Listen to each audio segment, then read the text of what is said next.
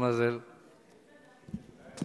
Très rapidement pour dire que là aussi, il faut qu'on soit cohérent, puisque ce n'est pas à nous de décider quel type de variété on veut soutenir ou pas, et l'humour fait partie notamment de préférences de nombreux Français.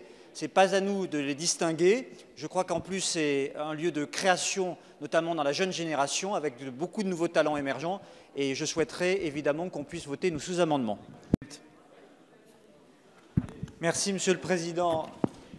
Dans la même veine que ma collègue Dumas, je voudrais dire que supprimer les mots « ou de variété » reviendrait donc à dire que nous ne soutiendrons plus l'ensemble des jeunes artistes, ce qui entrerait en contradiction avec l'équité de traitement entre les crédits d'impôt dédiés à la culture et à la création.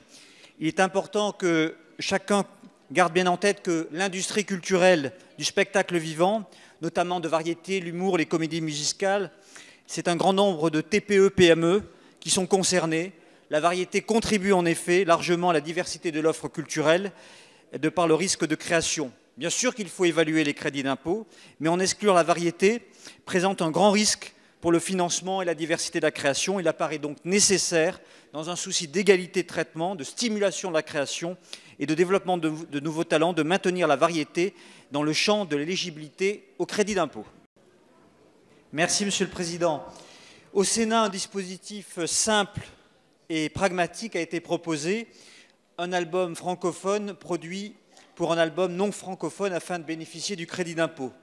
L'objectif est clair, ce crédit d'impôt phonographique est bien l'émergence des nouveaux talents que nous devons soutenir.